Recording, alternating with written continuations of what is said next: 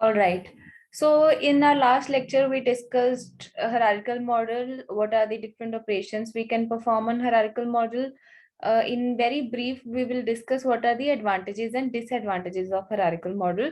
इसकी बस आपने एक एक लाइन करनी है और आपको बस ये पॉइंट्स के बारे में नॉलेज होनी चाहिए।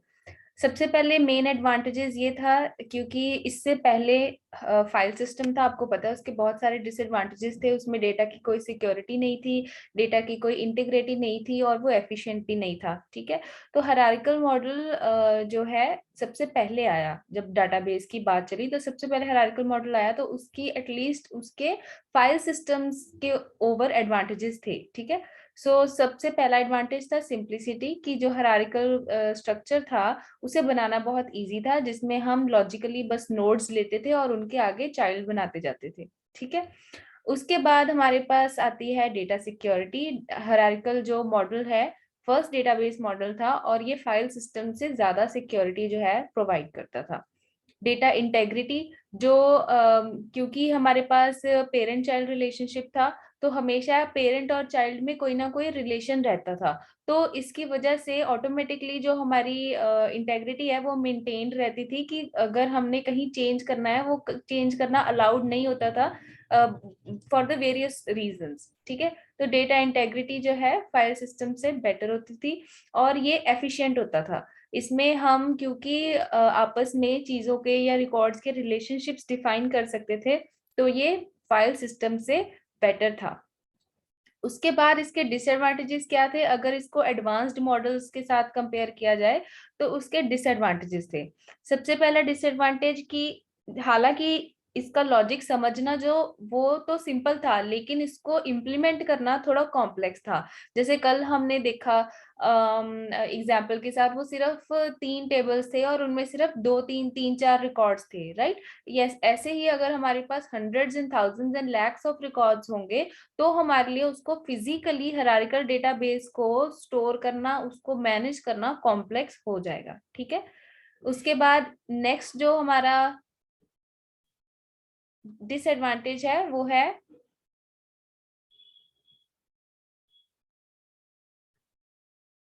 Database management problems. वही सेम मैंने जो बात की, क्योंकि स्ट्रक्चर जो है हायरार्किकल स्ट्रक्चर होता था, इसमें चेंजेस करना, इसमें मॉडिफिकेशन करना बहुत मुश्किल हो जाता था। जैसे हमने कल अपडेशन की प्रॉब्लम पढ़ी कि अपडेट करना है अगर, तो हमारा जो पेरेंट चाइल्ड रिलेशनशिप की वजह से जो एक चाइल्ड है उसकी डुप्लीकेट कॉपी बन जाती होती थी, राइट।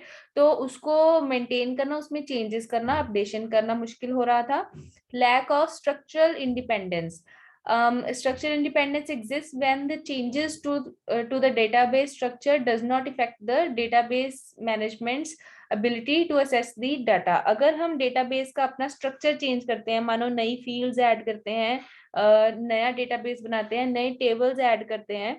अब पहले हमने जैसा डेटाबेस बना लिया हायरार्किकल का, हमें पता है कि हमने इतने इतने हमने लिंक्स बनाए हैं, हमारे पास इतने रिकॉर्ड्स और इतने फील्ड्स हैं, तो डेटा को असेस करना हमारे लिए इजी हो जाएगा, क्योंकि हमें पता होगा कि हमने कैसे असेस करना है हमारा डेटा, हमारा पेरेंट कौन सा है, हमारा चाइल्ड कौन सा है। लेकिन अगर हमने उसमें और डेटाबेस ऐड कर दिया और रिकॉर्ड्स और फील्ड ऐड कर दी, तो हमारे लिए वो समझना कॉम्प्लिकेटेड हो जाता है, और हमें अगर हमने स्ट्रक्चर चेंज किया है तो डेटाबेस को असेस करना, उसमें से रिकॉर्ड्स निकालना, उसमें से डेटा को रिट्रीव करना हमारे लिए मुश्किल हो जाता है। ठीक है, उसके बाद आती है प्रोग्राम कम्प्लेक्सिटी। इसको बनाने में और इसको डेटाबेस को मैनिपुलेट करने में वही सेम चीजें आ रही हैं कि ओरिजिनली जो फिजिकल डेटाबेस है हमने जब बनाना है और उसको किस तरह से बनाना है, उसके लिए हमारे पास इतनी बेटर प्रोग्रामिंग नहीं थी। प्रोग्राम्स जो थे वो बहुत कॉम्प्लेक्स थे इन चीजों को हैंडल करने के लिए। उसके बाद ऑपरेशनल अनोमलीज तो हमने देखी है पहले, कि इंसर्शन में, अपडेशन में, डिलीशन में, रिट्रीवल में हमें क्या क्या प्रॉब्लम आ सकती थी और क्या क्या मतलब उसमें कॉम्प्लेक्सिटीज थी। ठीक है, अब उसके बाद हमारे पास आता है हायरार्किकल मॉडल के बाद नेटवर्क मॉडल। जैसे मैंने उस दिन बताया था आपको, हमने एक बनाया था, कस्टमर और लोन का बनाया था ना, यहाँ पे दूसरे वाले में कस्टमर और लोन का हमने हायरार्किकल मॉडल बनाया था, याद है किसी को? L1 C1 यस वाला। Ma'am. Yes ma'am. Yes ma'am. ठीक है, ये हमने हायरार्किकल मॉडल बनाया था। फिर मैंने आपको बोला था कि हम इसका उल्टा भी बना सकते हैं, ठीक है। इसमें इन्होंने क्या किया हुआ है, रूट लिखी हुई है, C1 L1 के साथ कनेक्ट किया हुआ है, C2 L1 के साथ अलग कनेक्ट किया हुआ है, और C3 जो है L2 और L3 के साथ कनेक्ट किया हुआ है, ठीक है। बट हमारा वो जो मॉडल था ना वो गलत था। क्यों गलत था? कि हायरार्किकल मॉडल में हमेशा 1 to many रिलेशनशिप चलता है, जिसका मतलब ये है कि हमारा एक पेरेंट और उसके मल्टीपल चाइल्ड तो हो सकते हैं, ठीक है, ये हो सकता है, लेकिन एक चाइल्ड के मल्टीपल पेरेंट्स नहीं हो सकते हैं। Many to one relationship hierarchical model में नहीं होता है। हमेशा एक पेरेंट होगा और उसके मल्टीपल चिल्ड्रन हो सकते हैं, लेकिन एक ऐसा नहीं हो सकता कि उसको हम उल्टा कर दें कि एक चाइल्ड के मल्टीपल पेरेंट्स हो। तो many to one, many parents का वन चाइल्ड वाला हायरार्किकल स्ट्रक्चर में हमारे पास वो गलत हो जाएगा, वो अलाउड नहीं है। आप सिर्फ one parent to many child ही कर सकते हो इसमें, ठीक है। तो जब हमने वो उल्टा बनाया था इसका, तो उसमें ये प्रॉब्लम आ रही थी, ये वाला, कि इसमें अगर मैं यहीं पे इसका उल्टा बनाती हूँ सपोज, तो इसमें हमने क्या किया था, ऊपर लिखा था L1, इधर सही नहीं बनेगा, उधर ही बनाती हूँ। हमने ऊपर लिखा था L1 L2 और L3, ये हमारे पेरेंट नोड बना दिए थे हमने, ठीक है। ऊपर तो चलो हमारे पास एक रूट नोड है। उसके बाद हमारा L1 किसने लिया? L1 है हमारा C1 और C2। L1 लोन किसने लिया? हमारा C1 एंड C2 ने, यही बनाया था हमने। L2 किसने लिया? C3 ने, और L3 भी C3 के साथ कनेक्टेड है।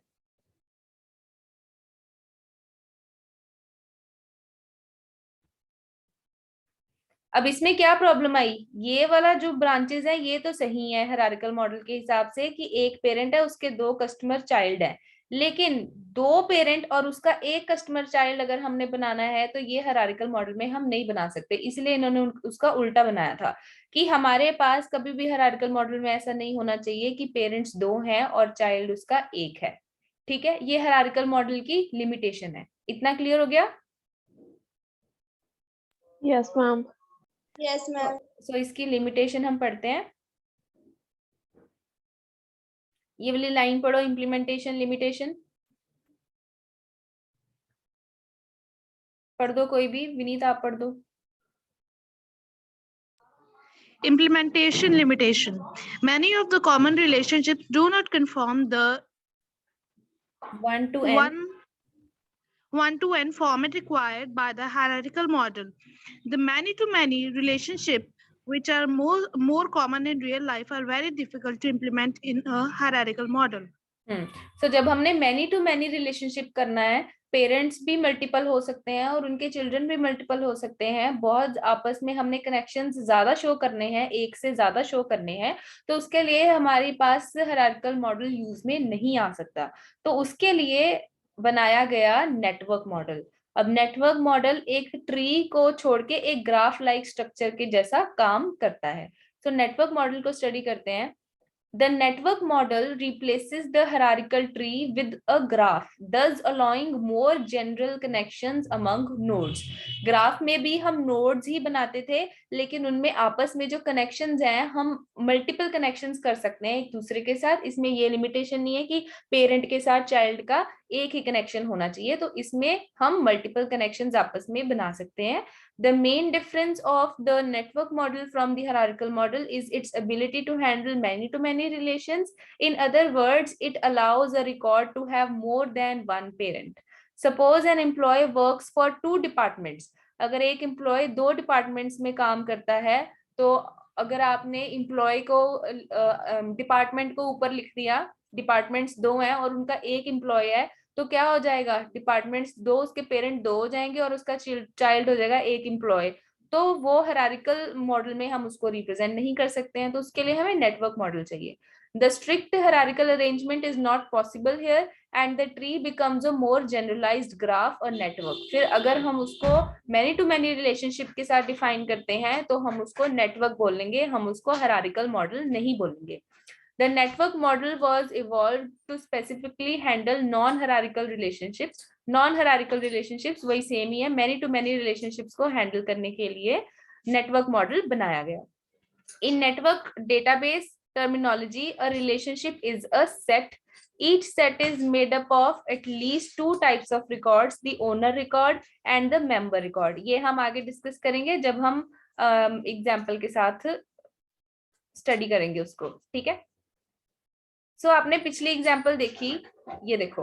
अब इसमें हमने पिछली एग्जाम्पल देखी हायरार्किकल मॉडल में हम क्या कर रहे थे, हम जो कस्टमर है उसको हमने पेरेंट बनाया था और लोन को हमने क्या किया था, बनाए थे चाइल्ड. तो यहाँ पर हायरार्किकल मॉडल में क्या था, आपने C1 का भी लोन जो है उसने L1 लिया और कस्टमर 2 ने भी L1 लोन लिया, लेकिन हमें इसको दो अलग अलग ब्रांचेस में लिखना पड़ रहा था क्योंकि हम इसको मैनी टू मैनी रिलेशनशिप में नहीं लिख सकते हैं. लेकिन जब यही सेम एग्जांपल हम डेटा मॉडल में सॉरी नेटवर्क मॉडल के साथ रिप्रेजेंट करेंगे कस्टमर लोन डेटाबेस को, तो उन्होंने यहाँ पर क्या किया है, C1 और C2 को दोनों को एक एक नोड में रखा और उन दोनों का एक ही बना दिया, L1 के साथ कनेक्शन बना दिया. तो ये हो गया मैनी टू वन रिलेशनशिप. ठीक है. बाकी सारा सेम ही है, C3 जो है इसके साथ कंबाइन हो गया, एक इन्होंने और C4 ले लिया, वो L4 के साथ कंबाइन हो गया. यहाँ पर अगर C4 ने मतलब L4 लोन किसी और कस्टमर ने भी लिया हो तो हम उसको यहीं पे कनेक्ट कर सकते हैं. ठीक है. तो दोनों में डिफरेंस देख रहे हो आप, यहाँ पर अगर दो जनों ने लोन 1 लिया है और अगर लोन चाइल्ड है तो हमें अलग अलग ब्रांचेस ही बनानी पड़ेंगी. हमारी ये दोनों C1 C2 एक ही लोन को रिप्रेजेंट की तरफ कनेक्ट नहीं कर सकते हैं हम, जैसे हमने नेटवर्क मॉडल में यहाँ पर इस चीज को किया हुआ है. ठीक है. तो इस चीज में हेल्पफुल होता है हमारा नेटवर्क मॉडल. क्लियर हुआ इतना? Yes ma'am. ये सारा जो आपका वो है ना PDF है, मैंने आपको व्हाट्सएप करी हुई है, आपने इसको अच्छे से स्टडी करना है कि इसमें क्या क्या चीजें लिखी हुई हैं. ठीक है. इसको मैं स्टडी कर देती हूँ, एक बार रीड कर लेते हैं जो लिखा है. सो यहाँ पे नीचे लिखो, देखो, the database of customer loan which we discussed earlier for hierarchical model is now represented in network model. In it can easily depict that now the information about the joint loan L1 appears single time, but in case of hierarchical model it appears 2 times. Thus it reduces redundancy and is better as compared to hierarchical model. अब इसमें easily हमने loan 1 को duplicate नहीं किया, लेकिन हमें hierarchical model में loan 1 को डुप्लीकेट करना पड़ रहा था क्योंकि उसका वो रूल है कि हम एक चाइल्ड के दो पेरेंट नहीं बना सकते, लेकिन नेटवर्क मॉडल में हम इस तरह से many to many relationship show कर सकते हैं. ओके. ये डन, क्लियर हो गया डिफरेंस? Yes ma'am. सभी को क्लियर हो गया? Yes ma'am. ओके.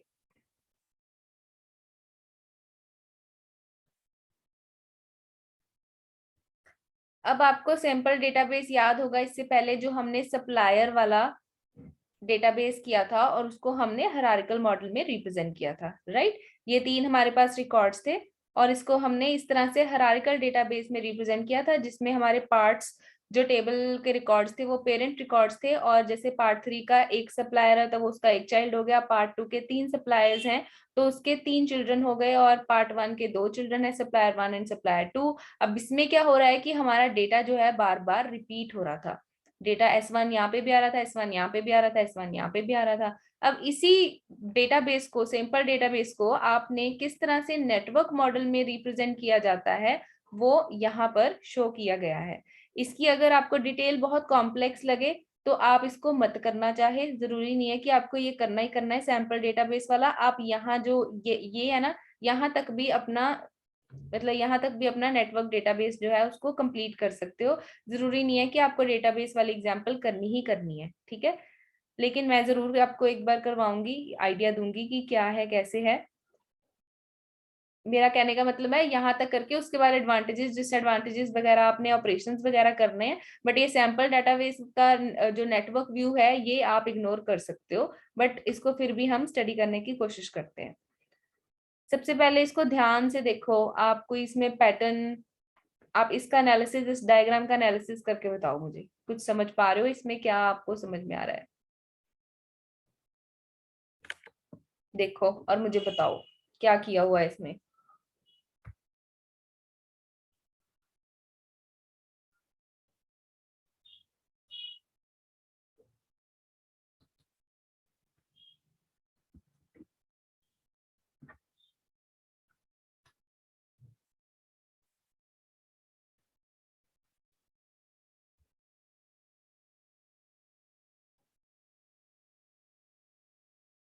हाँ जी, किसी को समझ में आया है?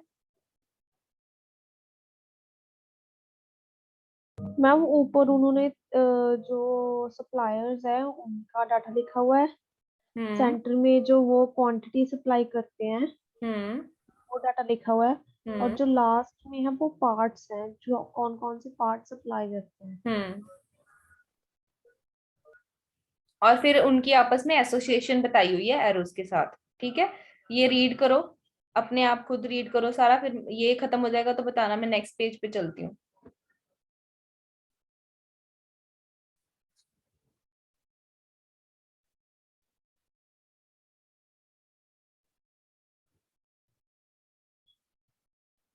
Ma'am next page. इसमें मैं बता देती हूँ कि इन्होंने क्या किया है, यहाँ पे ऊपर सप्लायर के रिकॉर्ड्स लिखे हैं, नीचे पार्ट के रिकॉर्ड लिखे हैं, और ये जो सेंटर वाला डेटा है इसको बोलते हैं थर्ड टाइप ऑफ रिकॉर्ड, जिसको उन्होंने क्वांटिटी ले लिया है। ये है कनेक्टर, कनेक्टर रिकॉर्ड बोलते हैं इसको। अब ये क्या कर रहा है, पार्ट वाले डेटा को और शिपमेंट वाले डेटा को आपस में कनेक्ट कर रहा है। ठीक है, तो इस कनेक्टर को, और आपस में इनकी क्या बनाई हुई है, इन्होंने एसोसिएशंस बनाई हुई हैं, जैसे शिपमेंट टेबल वाले रिकॉर्ड में था। अब आगे रीड करो, सॉरी। हम्म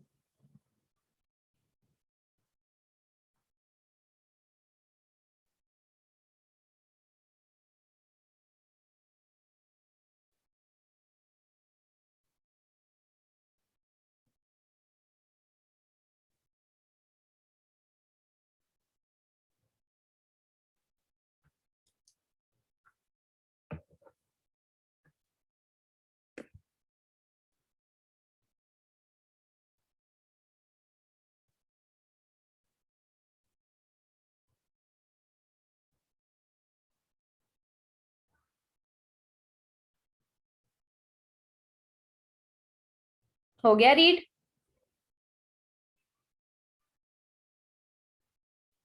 यस मैम। चलो मैं ही बताती हूँ आपको।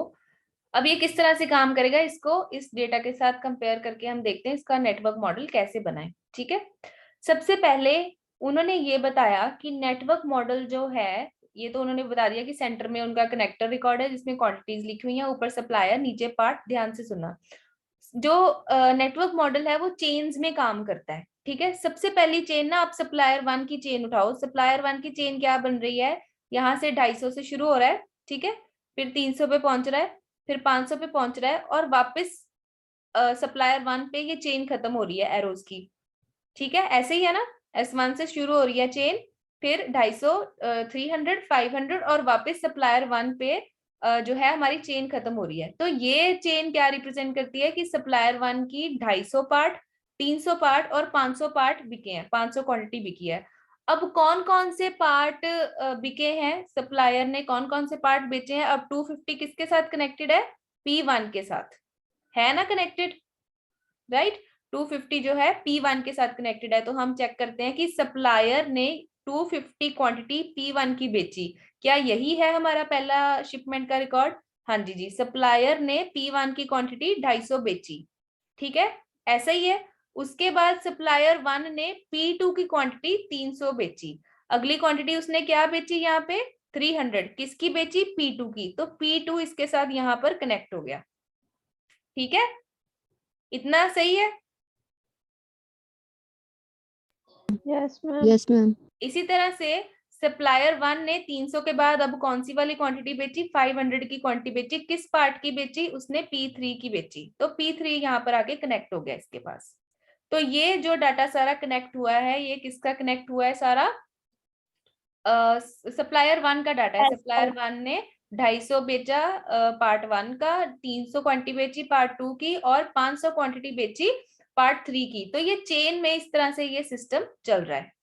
ठीक है, डन। उसके बाद मैं कलर चेंज कर लेती हूँ, पता नहीं होगा या नहीं, नहीं येलो ही है। कलर चेंज करने का ऑप्शन नहीं है इसमें, अदरवाइज और बेटर हो जाता थोड़ा। चलो अब ध्यान से देखते जाओ फिर मैं क्या बता रही हूँ। उसके बाद नेक्स्ट है हमारे पास सप्लायर 2 आता है। अब सप्लायर 2 ने P1 और P2 बेचा है 250 और 500। ठीक है, वहां चलते हैं अब सप्लायर 2 की चेन पे आ जाओ। सप्लायर 2 की चेन यहाँ शुरू होती है 250, 500 और सप्लायर 2 पे खत्म हो जाती है। ये है सप्लायर 2 की चेन। अब 250 क्वांटिटी किस पार्ट की बेची है उसने, ये हम चेक करते हैं यहाँ पे पहले। P1 की बेची है। ठीक है, अब मुझे ये बताओ, ये 250 P1 के साथ कहाँ से कनेक्टेड है, ये रहा। ये 250 क्वांटिटी इसने किसकी बेची है, P1 की। हो गया इसके साथ कनेक्ट, राइट। अब यस मैम। 500 क्वांटिटी किसकी बेची है, P2 की। लेकिन P2 यहाँ डायरेक्टली तो कनेक्टेड नहीं है। क्यों नहीं है, क्योंकि इससे पहले P2 की क्वांटिटी 300 बिक चुकी है। तो उन्होंने क्या किया, 300 वाला जो एरो है ना, उसको 500 के साथ कनेक्ट कर दिया। दैट मीन्स जिसकी क्वांटिटी 300 बिकी है, उसी की क्वांटिटी 500 बिकी है। तो किसकी बिकी है, P2 की। तो P2 के 300 बिका और 500 बिका, और किसने बेचा है, सप्लायर 2 ने बेचा है। तो इस तरह से इसको कनेक्ट किया गया है। ठीक है, इसी तरह से उन्होंने P1 को भी यहाँ पे कनेक्ट किया हुआ है एक्चुअल में। ये यहाँ पर अगर आप ये वाला देखो तो 250 किसकी क्वांटिटी बिकी है, P1 की। तो P1 को अगले 250 के साथ कनेक्ट किया गया है, जो कि P1 की नेक्स्ट क्वांटिटी बिकी हुई है। तो क्वांटिटी को भी आपस में उन्होंने क्या किया गया है, कनेक्ट किया हुआ है, राइट। इसी के बाद इसी तरह से हमारे पास जो नेक्स्ट बनता है वो क्या है, S3। S3 की 300 क्वांटिटी बेची है, और S3 पे यहाँ चेन आके खत्म हो जाती है। किसकी बेची है उसने, P2 की बेची है। ठीक है, तो इस तरह से जो नेटवर्क मॉडल है हमारा काम करता है। आपस में कितनी सारी एसोसिएशंस जो हैं एक ही टाइम पे हम बना सकते हैं, लेकिन हायरार्किकल मॉडल में हम ऐसा नहीं कर सकते थे। क्लियर हुआ? Yes ma'am.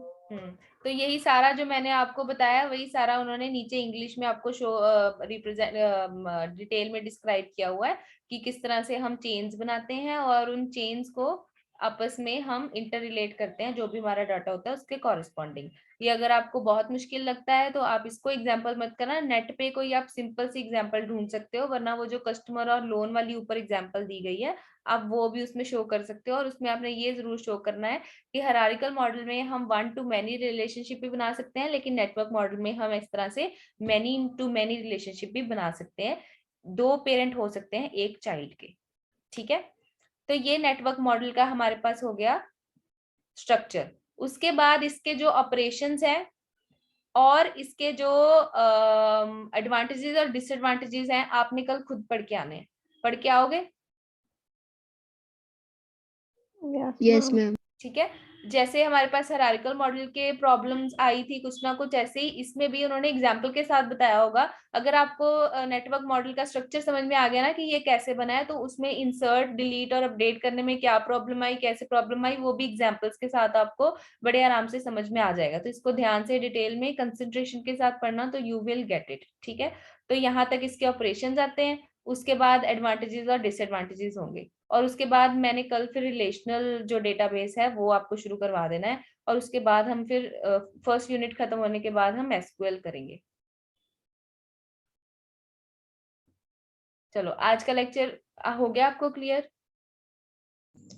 Yes ma'am. Yes ma'am. All right.